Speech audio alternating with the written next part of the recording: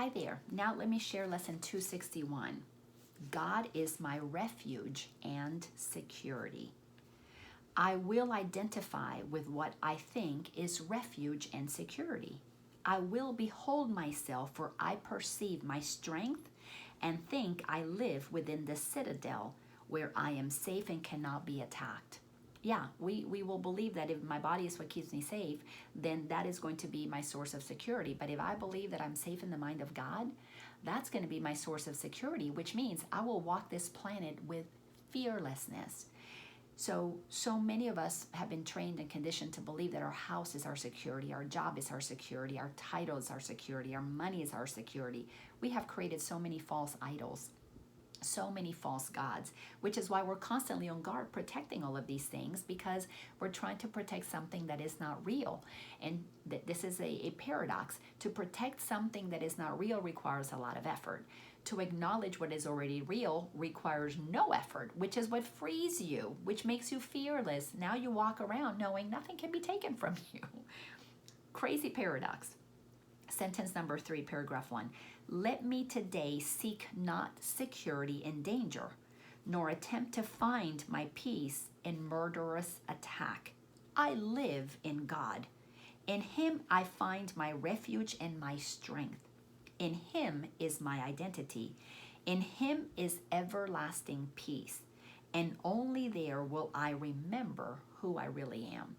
So we need to know that we're in the mind of God. Once you make peace with that, once you realize that you are energy, once you study enough quantum physics, or you have an experience of yourself as one with all that is, as I did back in 2007, you remember who you are. And once you remember who you are, you remember where you are.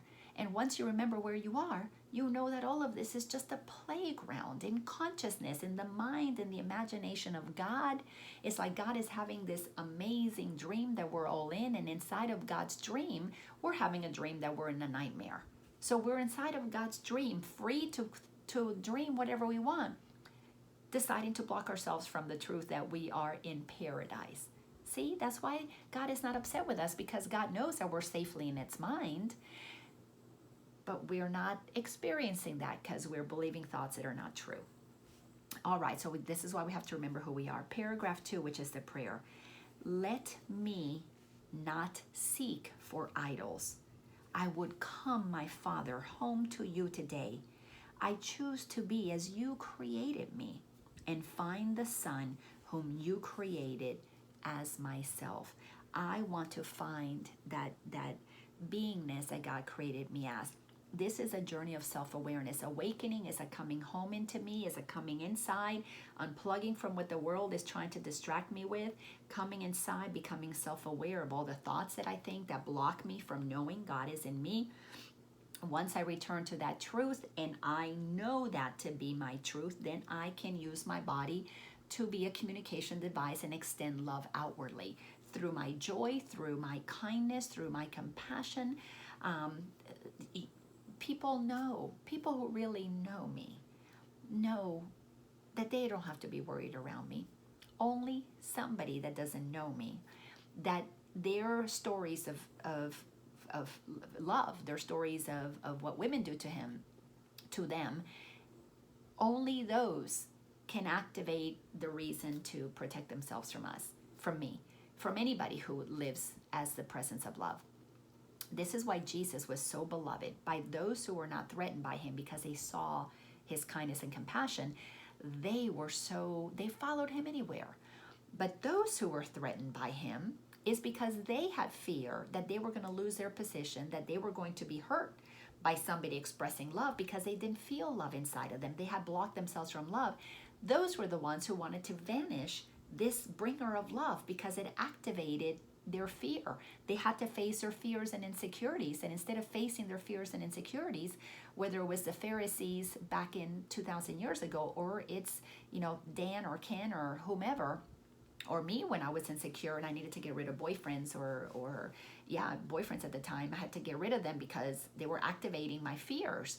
So when somebody has to get rid of somebody, it's because their fears have been activated.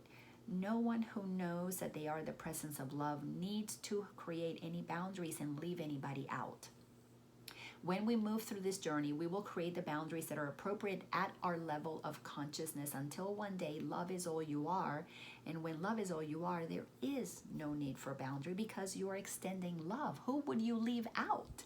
To leave somebody out, it would require that you fear them and that they can hurt you, that they can do something to you. So until we get comfortable with the truth of who we are and we know we're safe in the mind of God, create the boundaries that you're guided by the Holy Spirit that keep you safe until you're ready to come back home. This is a journey. It takes time. It's not going to happen overnight. We have a year of lessons to train to put information in our mind, but the training of the mind actually doesn't happen until the heart opens up and you begin to extend love. That's when the real training begins, when you put all of this into practice. And that can take years, decades. So take your time. We're using the course as it says. We're using time to undo what took time to build.